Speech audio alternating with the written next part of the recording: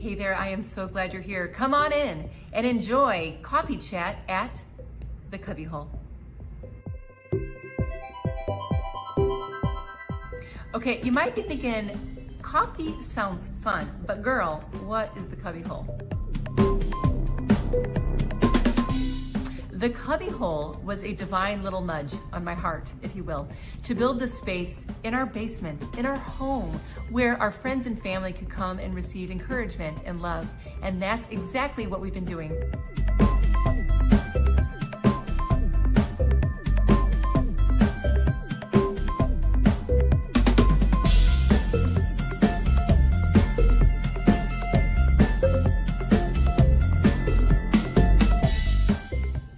I've always known that the Cubby Hole would have a ripple effect out into the world, that it could bring encouragement and hope, not just to people that could visit here in person.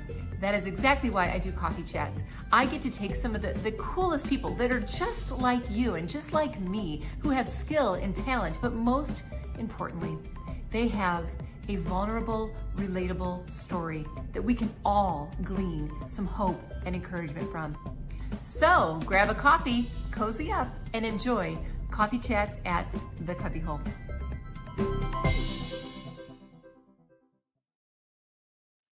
Well, good morning, everybody. Happy Friday. Welcome to Coffee Chats at the Cubby Hole. I am so glad you're here. Today, we're going to talk about what do you do? What in the world do you do when you feel like there is just relentless adversity in your life? Have you ever felt that way? It's just one thing after the other. And sometimes there's long seasons in the gap between the adversity. Sometimes it's just coming just like quickly. But nonetheless, what do you do? Where do you find hope? How do you have faith through it all? That's what we're going to talk about today. We're going to unpack that in such a beautiful way with my special guest, Nicole Miller. Nicole is going to be joining me in just a second here from Oklahoma. She is very accomplished. She's a comedian. She does improv work, very, very funny. And she's also an actress. She's been in a lot of commercials and films. And in addition to all that, she is a mama, and she is a powerful force when it comes to hope and faith, because of all that she has gleaned from the stories that she's walked through, the adversity, the relentless adversity that she's walked through in her life. I asked her on the show for a very, very special reason, because of who she is and how she shows up. You know, it's fun what we do in the world. We all do something, but it's who we are and how we walk through our stories. And where we've been, that's what really speaks into what we're putting out there in the world. If we've been through it, that's where we can be a sense of give hope and inspiration to others. So let me bring her in right now, my friend from Oklahoma, Nicole Miller. Hey, girl, how are you? Hi, Marlo. Thanks for having me. I'm doing so well. How are you? I am good. It's so good to see you. We were just saying we're two mamas having an actual cup of coffee. Yes, definitely. That's why I do this show. Let's be honest. I do this show so I can finish a cup of coffee and not have it sitting in the microwave at 4 p.m. where I'm constantly trying to heat it. It's actually hot. This is a treat for me, for sure. And somehow our mugs matched. I don't know how we did that. I know. We were just trying to cheer each other. I think we were practicing cling, cling over this way. See, it's hard. I did it right. Cling, cling. Cheers. Well, good morning. I'm so glad that you're with me. Thank you for spending this hour with me today. I have been bragging about you all week, either on you're so sweet, or to other people. You have been through it, girl. That's not a news flash. I'm not telling you. I know. You know the story. And I laugh because I know I've been through a lot, and I know it's kind of odd to think of this way, but I know there's people who've just been through so much worse. And right. So I'm just like, I know it's a lot, but it could have been so much worse. Yes. And I love that you're pointing that out. That is it's such an important point. Because yes, no matter what we're going through, anybody's going through, there's usually somebody that has something far worse. But the beauty in that point is that it is so important. And that's what we're talking about today. And I know that you get this, and we all get this, it is so important to honor where we are in our story. And for anybody, for those of you that are watching, it's, it is so important if you are feeling, and I know you're not feeling this way, Nicole, but I know there are so many people that feel like that they can't process what they're going through because they have this sense of guilt that other people are going through things, far away. So I can't honor this and I can't feel this. And it is so important. And you're an expert in that, learning how to take those feelings and honor them and process them. Yeah. I mean, just because somebody's going through something worse doesn't mean what you're going through isn't bad. I mean, you can just be like, this is really bad for me. And that's okay. Yeah, that's okay. I love that. I love that you do honor where you're at and what you're feeling. And yeah, but that is so true. I mean, there's the whole world, and the pain is so diverse in the world. There's so many different things happening. And the thing about pain and adversity is we don't know when it's going to strike. You just be going along, and then what? And so life was like that for you. I mean, I want to talk about your comedy career and what you're doing now, but let's dive into your story when you were in your 20s. And that's where, that's where it kind of like the bigger things. Right. I was going to college and just literally struggling physically to get to class. Mm-hmm. I couldn't go upstairs and stuff like this. And I remember thinking to myself, I just turned 21 and I've never been this old. Maybe that's just what happens. But wow, really, yeah. The minute you turn 21. I was just trying to make sense of all of these things happening physically. And I went to the doctor for over a year. And each time I got diagnosed with something else, like, oh, it's allergies. You're just 21, Right. It can't be anything serious. And then finally, just my symptoms went crazy enough. They needed to do surgery. And in that operation, they did discover a stage 3B Hodgkin's lymphoma tumor. And so at the age of 21, I was diagnosed with cancer. Oh my goodness. Yeah, they told me I could die, and they told me I would lose all my hair, and they told me I would probably never be able to give birth to children of my own. Oh my which goodness. Was at 21, my life was just beginning. I was finishing college, and then it felt like maybe my life was just over, Mm-hmm. And we're going to jump into in a little bit too, but it's based on what you just said, is they said that you could never have children, and spoiler alert, you have 3 beautiful children. Yeah. But the other part of what we're going to talk about today in a little while is how God has he's been in it all along. He's always in it, but you were able to see how, he was weaving this thread. But he was in the details. So we'll talk about definitely. That. Yeah.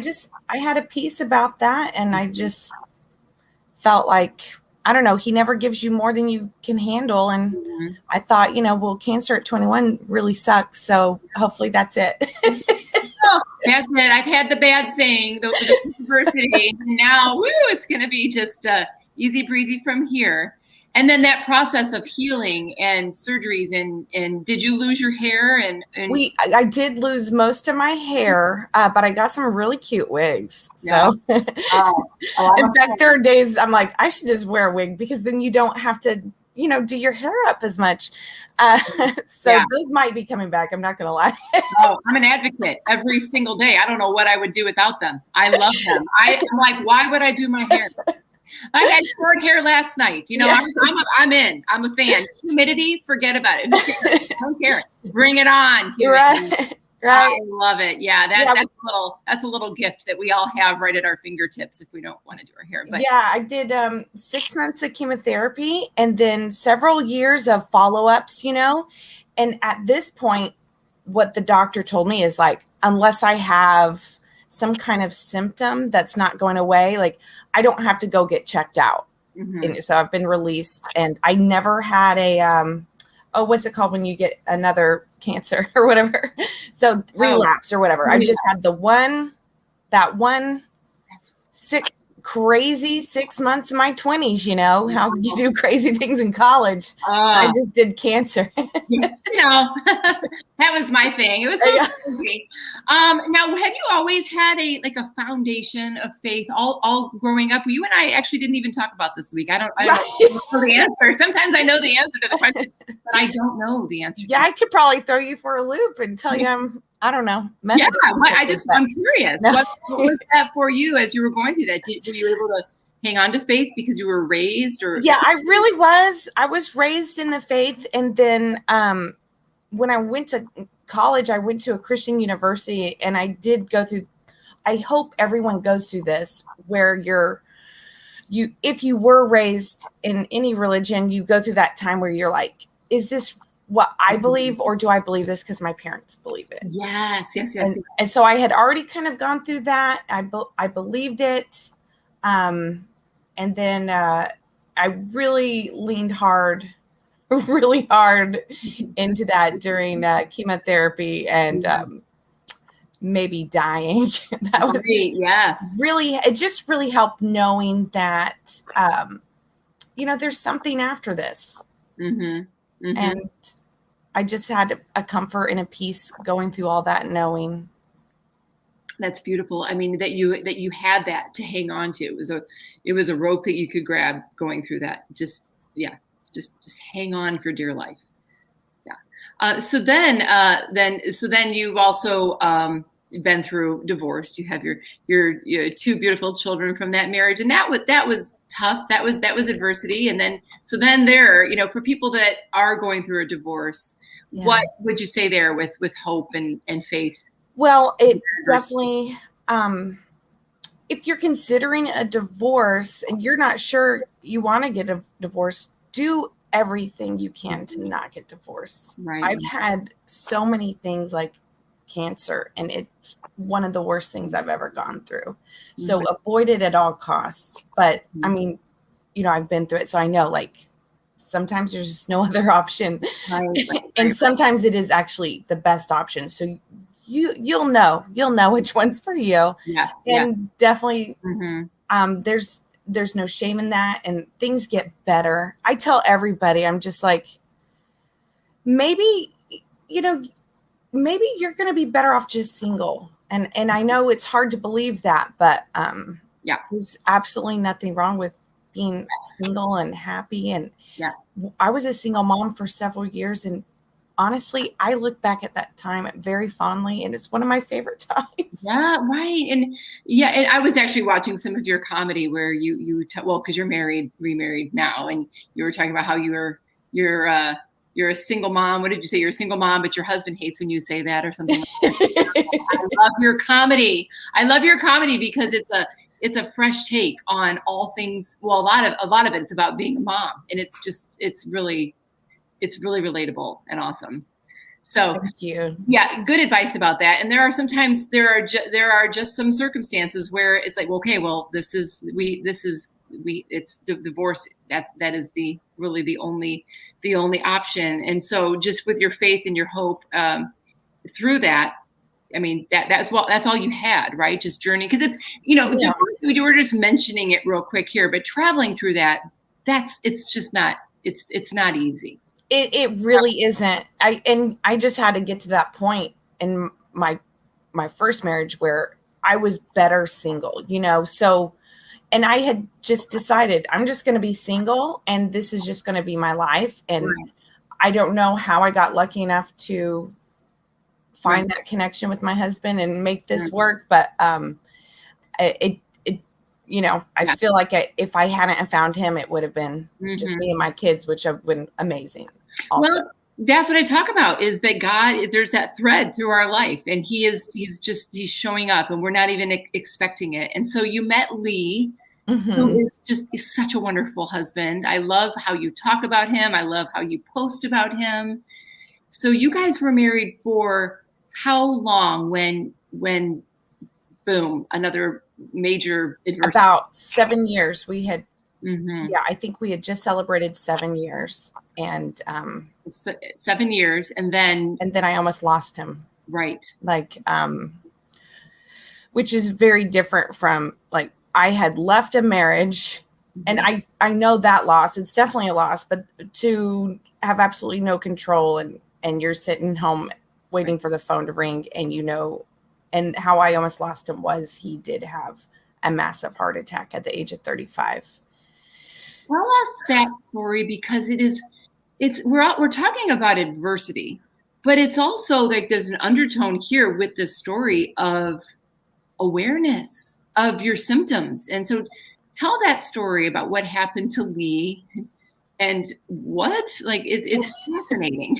Well, I'm not in his body, so I can't feel what he was feeling. And apparently some of it just felt like anxiety to him.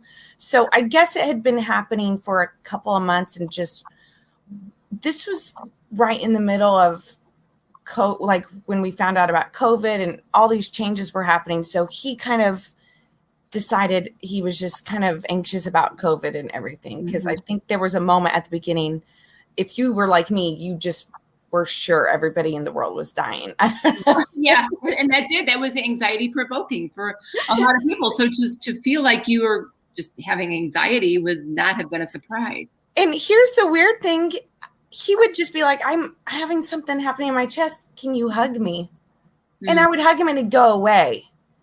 And I'm real big about, like, okay, go to the doctor. But since I would hug him and it would go away, I wasn't like pushing him as hard, because how could it be something major if a hug fixes it?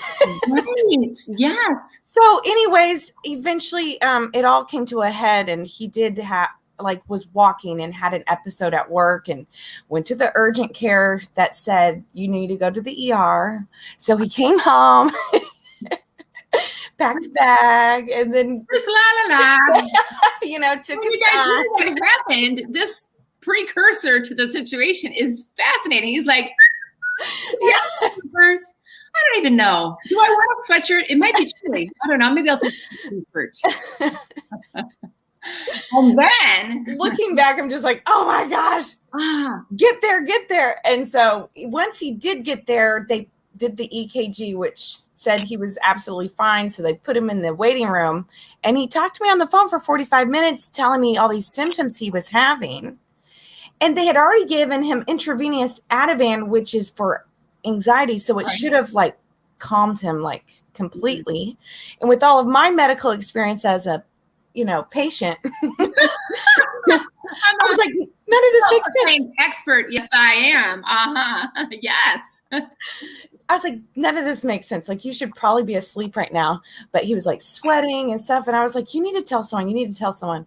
So after 45 minutes, they did take him back and called me up and did tell me, like, he was actively having a heart attack and had 3 blockages. They did what they could, because he would have died if they did everything. And we were just so close to losing him that it just, when it took so long for us to be together, to, find a person that was just so right for me. And then I almost lost him. It was really hard.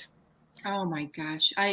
In your posts and just the way that you were showing up it was beautiful, because it was so vulnerable, so truthful, but I could still feel the hope and faith that you were carrying. I just never let my mind go there. When I even talking to the doctor that night, I straight up said, is he going to make it? Because I was just talking on him on the phone, like, so I needed to know his assessment. Because of COVID, I had not seen him since his experience. And the doctor wouldn't tell me. He just said he couldn't. He just said this was like a major event. And I believe it's called the Widowmaker. Mm-hmm. That's what I believe it might have been. Mm-hmm. And then I just didn't let my mind go there. And I just decided I would just take it one step at a time. And since then, he's had a a bypass and another stent, and he is currently at the cardiologist right now. So it is an ongoing thing. Yeah. Oh, what a coincidence! That right now he's there.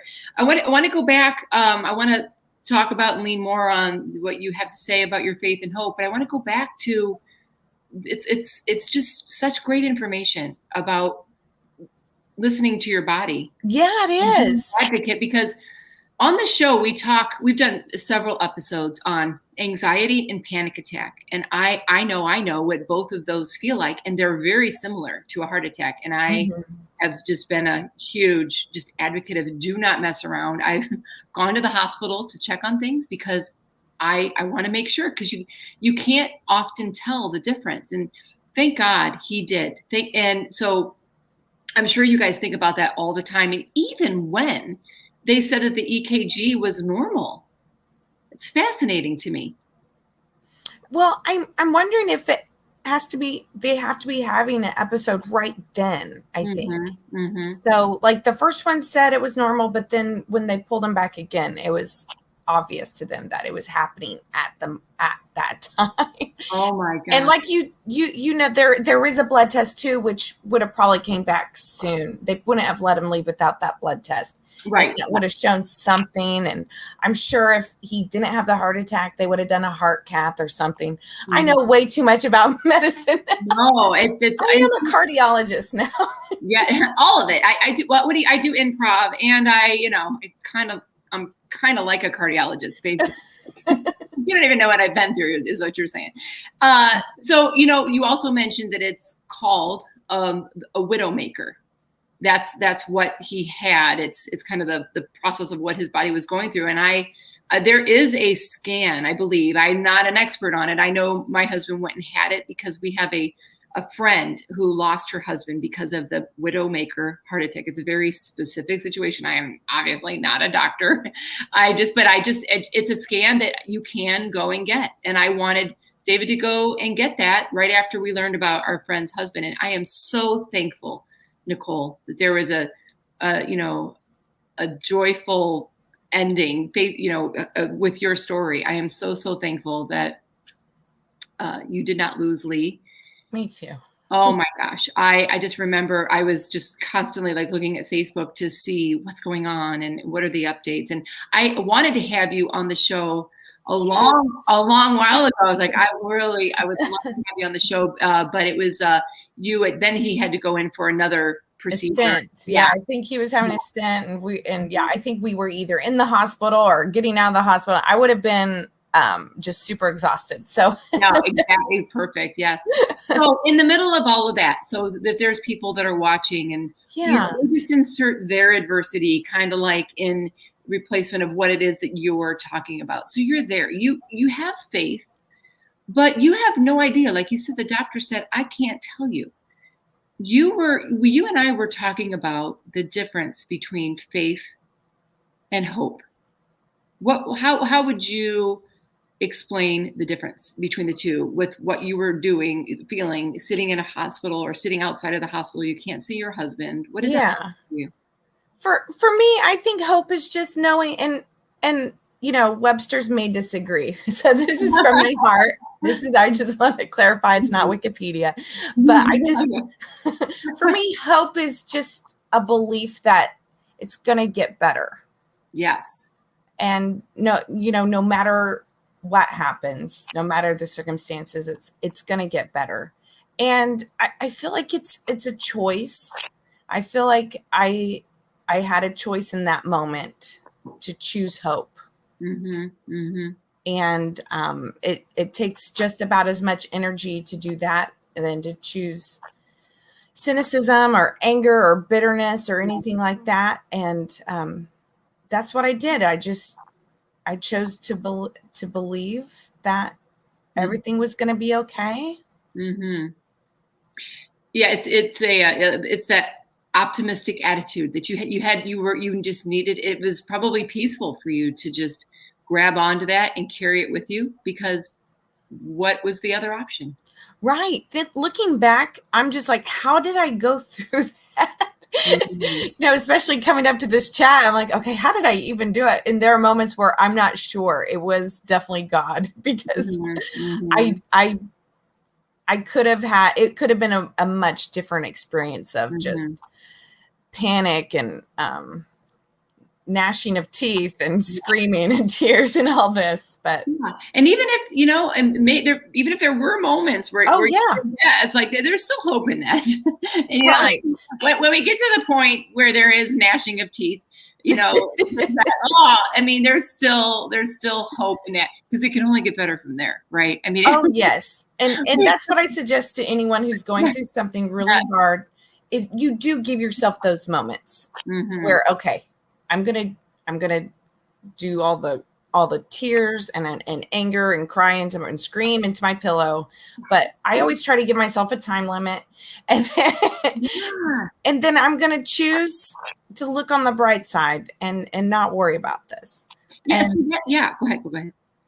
Yeah, and in the day, there's nothing I could do, to help his heart. That's a really important distinction there. It's again, like what we were talking about comparing our circumstances to other people. Well, we can still be hopeful in those moments of just letting it all go, because when we get as low as we feel like we can go, we probably could go even a little lower. But in that, there's just the looking up, the hope, because we have to. I always call it just exfoliating your heart, when we need to, just to feel it. It's what we talked about in the beginning of the show. Honor it and feel it and take it for what it is and get it out. I mean, it's one of the, it's sounding like that's one of the hows, like one of the how do I get through that? It sounds like that's one of yours. Yeah, definitely. Yeah. I maybe jumped the gun and gave that a little too soon. Now people will tune out. Oh dear. You gave what a little too soon? A little, one of the how-tos. The how. Oh no. And also, I'm sure leaning on other people, leaning on people that you trust, that they can speak truth into your life with hope and faith. Because sometimes, let's be honest, the blinders might be on. We may not. I mean, it's just in a moment, just to have a tribe around you. Did you have people around you that could speak that truth into your life? Yeah. And honestly, in that moment, what I really needed was like reminders just to eat food. Yeah. And sleep and stuff like that. So people coming by and just, here's food, or let me grab your children for a few minutes or the night, and so you can sleep, or whatever, like that. So I always encourage people, if you have a friend who's going through something, instead of saying, let me know what I can do or something like this, just say, hey, when is a good time for me to bring this casserole over? Or nowadays you can just send a gift card to any type of food thing, and it helps so much. You just don't even realize in the moment. But just having those physical needs met by my friends and family were just, like I said, it just kept me just doing the bare necessities of life. Yeah, just getting through. And then you had kids. You had to take care of the kids, and you're trying to maybe even put on a smile or just keep it maybe, for lack of a better term, keep it together every day and calm their fears for maybe they knew, maybe they didn't know what was going on, just a sense of wonder. Yeah, I think they knew. I don't know how much they understood, but we were blessed at the very beginning, right when everything shut down in March. Lee's entire family moved from Kansas. So they were they ended up living in the house that I grew up in. And it's right around the corner from the house I'm living in now. It's like Everybody Loves Raymond is what it is. And does your mother-in-law walk in with a cat? Walk in? She does help clean sometimes, and I feel like that's something that mom did. But they knock, which is nice. But yes, they're very much welcome, and I feel like the kids were either there or at my mom's house, who also don't live too far, not quite as close, but so have that. That's support. So faith through it all. Did your faith ever waver? Did you ever get angry at God? We talk about that on the show, that if that does happen, it's right. Okay. There's questions. God wants us to question it. It's what brings that sustainability in our faith. I feel like if I hadn't in my 20s gone through such an extreme medical issue, and I've already gone through all this with God, like I maybe would have had more questioning and stuff, but this is what I have already decided. Whatever you're going through, maybe you don't know why, but in the future, it could come out like it's just maybe to help somebody else. Maybe that's the main reason. So I know my husband has been able to connect with other heart attack survivors, and he just understands so many things so much better now, I think. The lives that could be saved even just from this one show. Yes. Listening to your body, just knowing, being an advocate for yourself. Right. Don't just assume it's anxiety. Just go get checked out just in case. Yes, for sure. And one of the beautiful things about traveling through adversity, especially in a case like this, where you've been through cancer, your husband at 35 had a massive heart attack. Well, you probably look at life a whole lot differently, in your day to day. Now that it's like you feel like, quote unquote, like you have him back. He's there with you. He survived. Tell us, I'd love to dive into marriage and your thoughts. And you're so young and beautiful, which is so cool. You've been through so much, and you've gleaned so much that you can share with all of us about day to day and marriage. I know people are like, don't talk to me about marriage. You've only been married for 8 years, but I feel like once we went through, okay, we're writing our wills, and we've got our life insurance in order. We're living life here. I feel like after this, it's just really reminded me that when you're married, just wake up every day asking yourself, like, how can I be the best person for my person? And having already gone through a different marriage that was not ideal, and it just reminds me every day that I'm my husband's person. I'm it. This is it for him. So whatever I can give him or not, like that's going to be his experience in life, and it's just a really big burden I think I put on myself. So I really try to support his dreams, and not just support them, but like help cultivate them. And he does the same for me. And right now, I think he's doing that more for me than me for him. But it ebbs and flows, right? Yes. That's another beautiful thing about marriage. I love what you're saying too, because sometimes I have this vision. And it struck me about a year or so ago, where I'll think, like, it came to mind when you said that you are Lee's person, and I thought, wow, he could be with somebody else. We both could be with somebody else, but what I imagine that, like, just because we get married doesn't mean we get to stop trying and stop, cultivating that friendship and that love, and that, like you said, supporting their dreams like we would want them to do for us. And I think, wow, I don't want to take that for granted, because I am his person, and that, I don't want to call it a responsibility, but that was an honor. It's an honor to have someone that you love, that you can support, and to not take it for granted and just overlook things, or just go, okay, we're married now, I can coast. Right. I mean, especially he almost lost his life. So yes. I know I want him to make the most out of however long he has. And when I was 21, like, that was very real, that I know now, like, this isn't going to be forever. So I have a finite amount of time to live my life. So I'm out there trying to do what I can. And so definitely try not to get into each other's way, but be the best support and and help each other. And powerful story. I mean, it's probably pretty rare that both people in a marriage have had life-threatening experiences. So the joy that you guys must feel. Now, with that, there's the saying, never go to bed angry. And I always, sometimes I'm so mad. I'm like, who said that? That's dumb. Because I can't imagine not going to bed angry right now. I haven't figured this out. And reality, we joke about that, but that's hard sometimes when you're really at odds, and you're not, but you really live that experience of like really knowing what that means.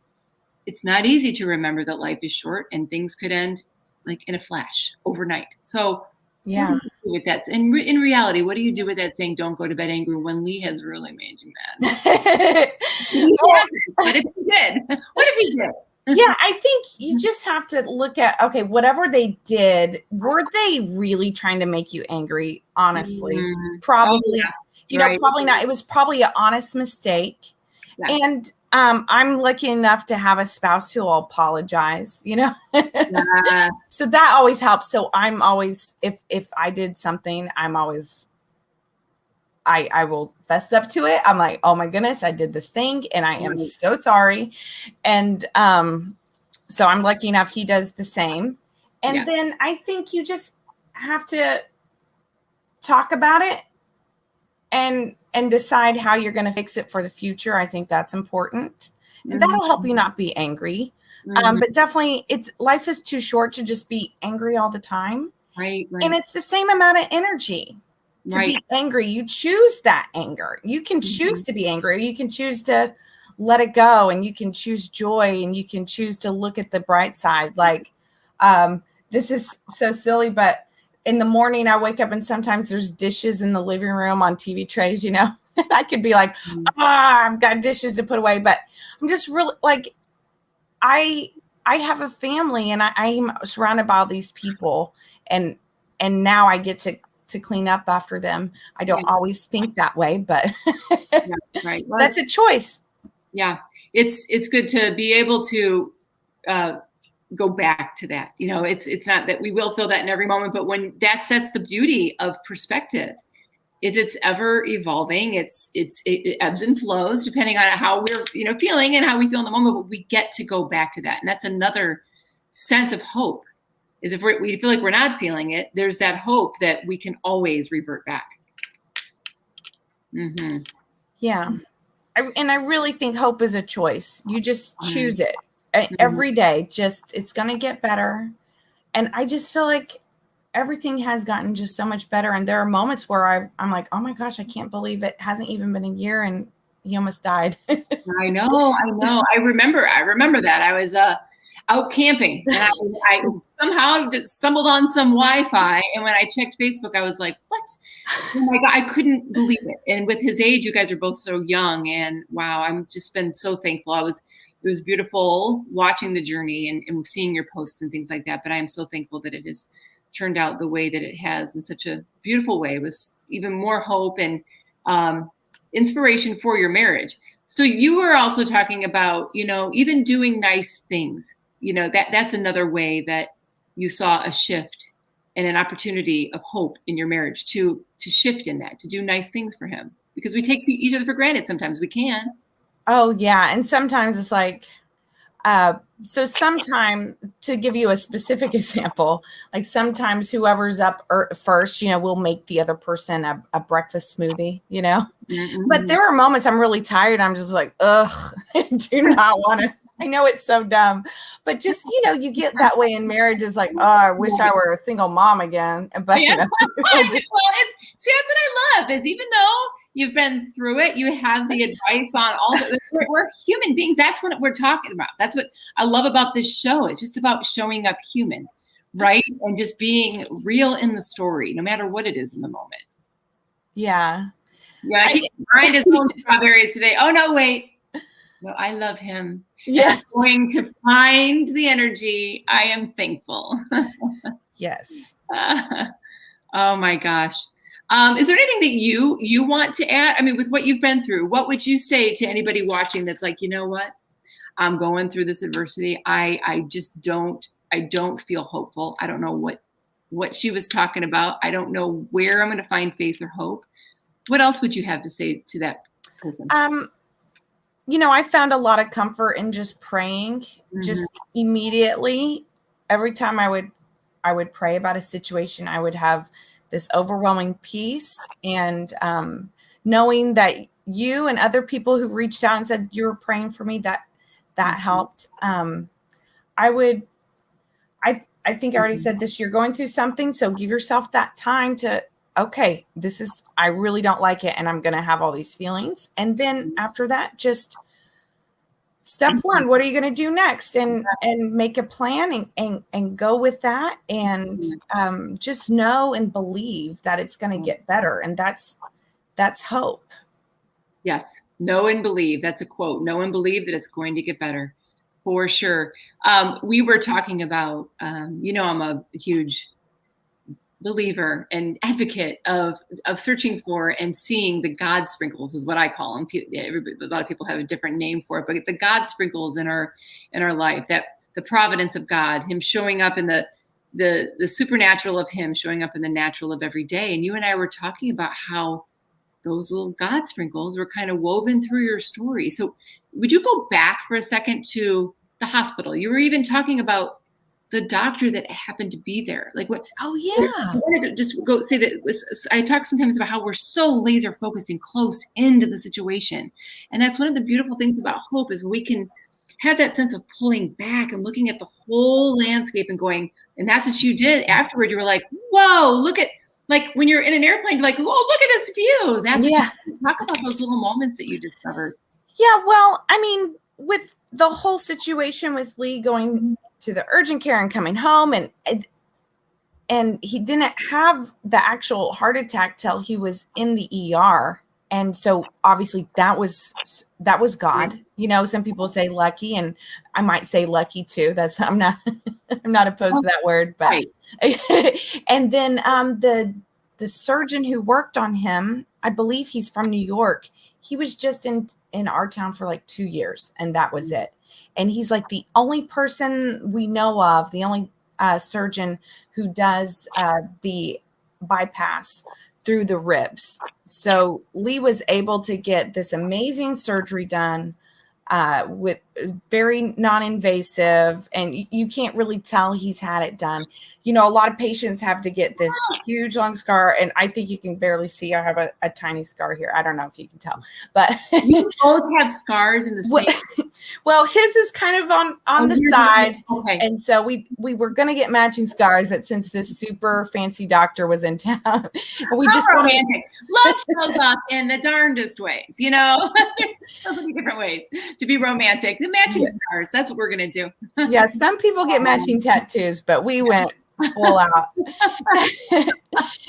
That doctor was in town, and now we got a letter just the other day. He's gone. So I don't know if he went back to New York or what, but like I said, he's the only one. And I feel like he had, the way they did the operation, it's going to last much longer. Mm-hmm. So. Mm-hmm. Oh, that's all. See, and that he just happened to be there, Yeah. God is in the details. He's in the details. That's what I just, one of the beautiful things that I love about your story. So let's talk about what you do, because it's fascinating as well, because, when you do comedy, well, and you're also an actress and an improv artist. So all of those things, they show up in your world, but in some moments things aren't very funny. But I actually want to talk about improv first, because that must be really helpful in situations like that. Like on the fly, you're coming up with comedy in the moment, but you're like quick thinking. I am fascinated by improv artists. So in your day to day, I mean, how did that skill show up and help you in these moments? Oh my goodness, it helps so much when somebody's saying things to me, and it's like nothing's making sense because I'm just like, I'm not quite understanding what you're trying to say about Lee's heart attack or whatever. I'm just not on the same page, or just, I just go with the flow a little bit easier. And I, being a mom, you just really don't know what's going to happen. Right. So you have to, it's always on the fly. Everything's on the fly. You're just taking it as it comes. And what a beautiful part of that tapestry is that improv has been a big part of your life, and being an actress, because sometimes I'm sure you've had to show up and kind of like put on the act about how the kids and for yourself and for everybody in that moment. Oh yeah, definitely. It definitely helps you. It helps me try to be more natural. And, with someone like you, Marlo, who's just like, I don't know improv. You're improvising right now. You just didn't even know it. I love it. I think that's true. We all do. So a lot of people maybe they're afraid of improv, but it's like, come on, we're living life. That's improv, right? It is. You performed at a remote version of the Cubby Hole in Dallas, right? Oh, yes. Oh, darn it. I think I have a picture, because that was when I first met you. Maybe I'll find it and I'll put it in the comments. But yes, there was a remote version of the Cubby Hole. I packed up a lot of the Cubby Hole and took it to Dallas and did a remote version. So a lot of my friends were able to perform at the Cubby Hole, which was actually in a coffee shop, which is because we have the coffee chats now. Well, I'll let you know if I'm ever in your neck of the woods, and maybe I can be in the real one too. I would love that. The actual hole. The Cubby Hole. There we are. We're in the basement making things happen here. Okay, now let's talk about comedy, your comedy career. So that does come in handy. Yes, it does in our world. But how did you, I have to ask you, do you have any comedy about this yet? You about the heart attack? Yeah, like you said, divorce might be harder, but yeah. I've been comparing talking to cardiologists to talking to car mechanics. Oh, yeah. And it's going over very well. So, that's perfect. I'm trying to relate more to the male demographic. So I thought, what's more masculine than cars? See, when we're on the other side, we don't know why God weaves the story. We're talking about how he's in the details, but he weaves the story. You go through this muck, and look at what is probably going to happen is you're going to have this incredible comedy that's also going to be like a public service announcement, right? Because you're telling the truth, you're telling the hard stuff and the funny stuff, you're making people laugh, but it's also a sense of awareness, like you said, for men to talk about this. And to relate it to a car mechanic, I think a lot of guys like that topic, right? Yeah, it goes over pretty well. Oh my gosh.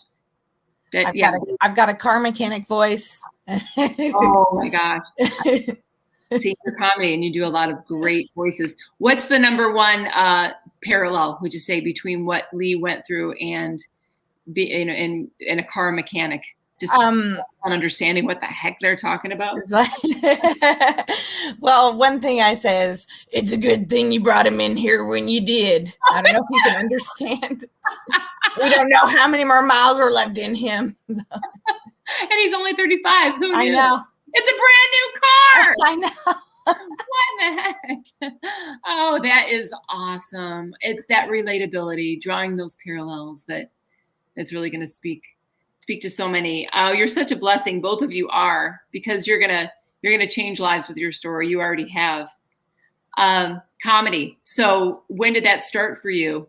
Well, when my oldest daughter was like itty bitty, that's when I started improv because I loved theater. But to be in theater, it's like so many rehearsals and it was just too much time away from home. But with the improv, actually what we did was sometimes we rehearsed in my house, and so I never had to leave my house because it was my own improv group, and, and I had this little baby, and then we would just do like a monthly show. So I did the improv, which kind of like, that's comedy, but then that just kind of doing that over and over and over, people just start to say, you're real funny. Have you ever tried stand-up? And watching my other improv friends going into stand-up and then watching them become, successful at it, and like, oh, that looks like fun.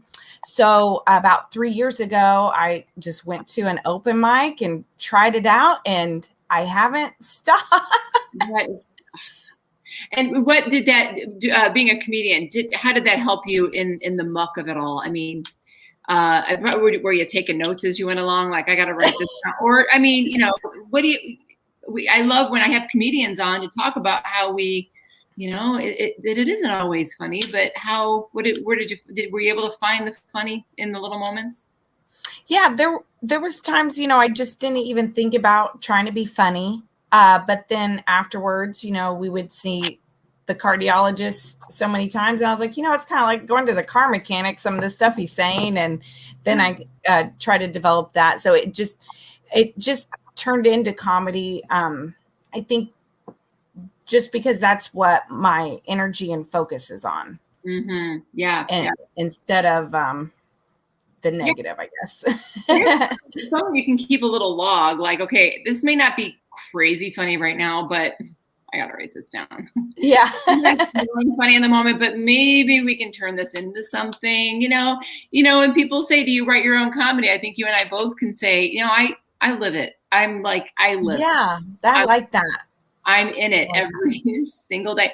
You probably the same for you. People are like, well, what, did you just make this stuff up? I'm like, no, my house.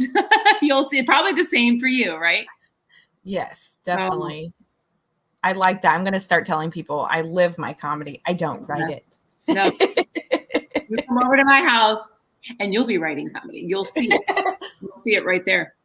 And so tell everybody about what you're doing, or where can everybody find you if they want to look you up? I know you're going to inspire so many. If they want to reach out to you, where can they find you? Yeah, I'm also on YouTube, Nicole Miller Comedy, and look for I'm in a movie that's coming out, I think at the end of this year. Oh, very cool. Tell us about that. It's called When Will Jesus Return? And it's a faith-based comedy.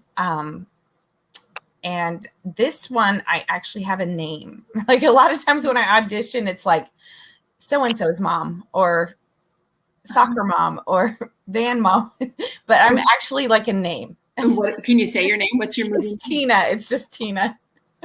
I'm not a huge role, but it's actually like lines and stuff. So oh my gosh. See, on the other side of all of this stuff, here you are, you're in a movie, and it's just so hope filled just through your story, just to hear what you're saying, and just the whole beauty of who you are in your story, that there is hope on the other side. Look at this. Look what you're living. And look at your coffee cup. You've actually had your coffee this morning. And it was hot when I drank it, which is a miracle. God is good, y'all. God is good. Okay, you get the last few moments. What do you want to focus on? What do you want to talk about for people more hope and inspiration, or maybe another story in your life where you're like, well, maybe you didn't feel hopeful in the moment, but then you were able to land on it and find some hope. Well, I guess let's talk about being a mom. That's the first thing that came to my mind. Comedy everywhere, yeah. And so you probably, as a mom, just with what you went through with Lee and with your own journey with cancer, I mean, how does that show up for you in the day-to-day with your kids? I think just like with Lee, I'm just so aware, like this is his one life. Mm-hmm. I'm trying to be like that with my kids. And I've seen other parents who are just maybe a little too, I don't know, critical of them, or just like, you got to do this thing and it's all about the parents, when it really isn't. It's not your life. And so my oldest is 15 now. And so I'm just always like, so what do you want to do? When she was younger, though, I'd be like, what kind of doctor do you want to be when you grow up? Mm-hmm. Right. It was kind of a joke with her, but what kind of doctor? Whatever you want. You get to pick the specialty you're going to be when you're a doctor. I've evolved. It was kind of a joke. But so she's, just kind of letting her, it's been really cool just watching her kind of evolve and decide like what's her next step and stuff. So we're looking at colleges, and oh my gosh, it's getting real. Yeah, I'm sure that she's gonna be gone and doing her own thing. Have you ever, with all that you've been through, have you ever landed on like what you feel like is just a sense of fear with your children based on your experience of things? Just I feel like I do have a different type of hypochondria or whatever, where you're always thinking something's wrong, but it's almost like a justified hypochondria. Cause I'm like, this one time I had a cough and then it was a tumor. And then now Lee had a little thing in his chest and it was a massive heart attack. So it is kind of hard. I do feel like maybe our doctors see us a little more than other people, but. Right. Well, that's good. Is your cancer journey in your comedy?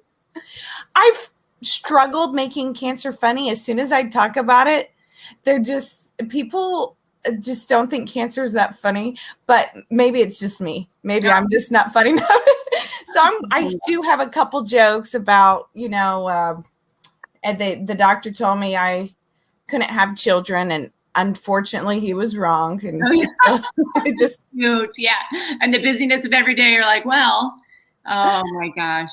Well, you are such an inspiration. I like I've said several times on the show, I have loved watching your journey. I mean, not what you were going through, but just how you were showing up. And even if, like we said in the beginning, even if when we show up messy and real and vulnerable, that's where that inspiration comes from. Yeah. Well, it was not me for sure. For sure. It was definitely God. It was, I remember just typing things out and feeling like I had left my body at the moment. I was just like, this isn't happening, and I do hope I can help people, because we can't choose what happens to us. I had absolutely no decision that day. We had been to Chick-fil-A and the eye doctor. It was like a normal day. It was a regularly scheduled program, and then massive heart attack. Like, I couldn't choose it, but I could choose how I reacted. And so I did immediately after I broke down in tears. I did pray, and I did just choose to be super positive.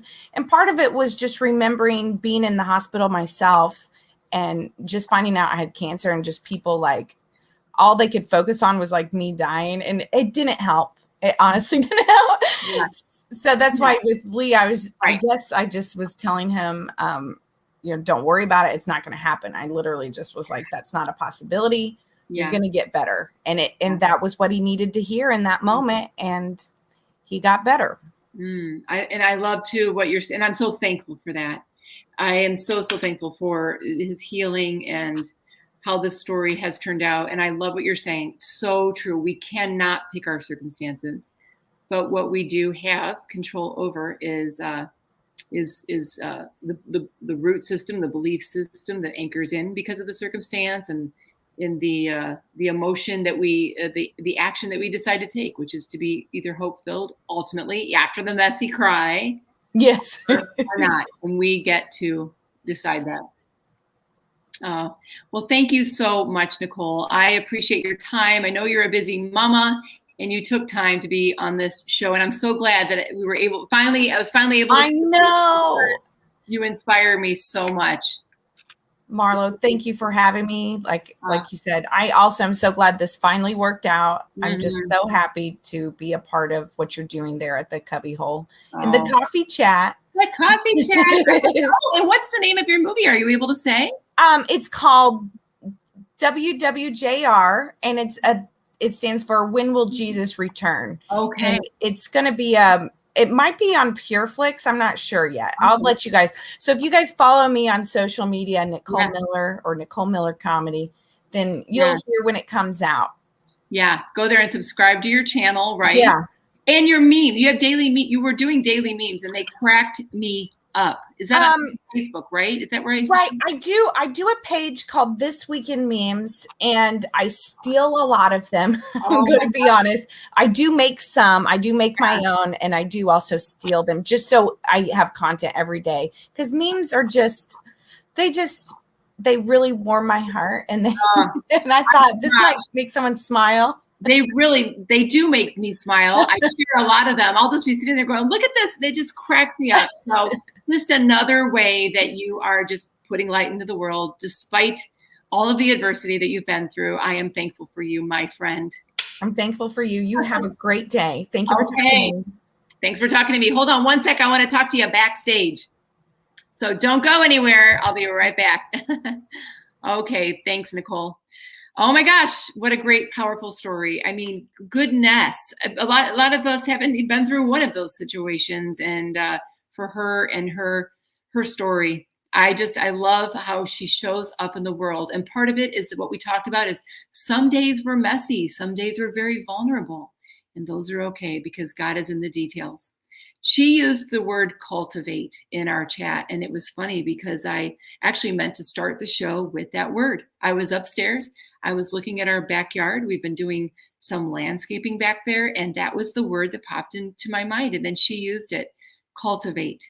As we turn over the soil and we're digging through the roots and we're maybe looking at this huge mess that's right in front of us, that we can cultivate that quote unquote soil and turn it over and find the goodness and find the richness and dig into the roots and tap into the roots of our faith and our hope, even when it looks like it's just going to be a mess forever and that there isn't hope. It is. We can cultivate that, and God is in the details.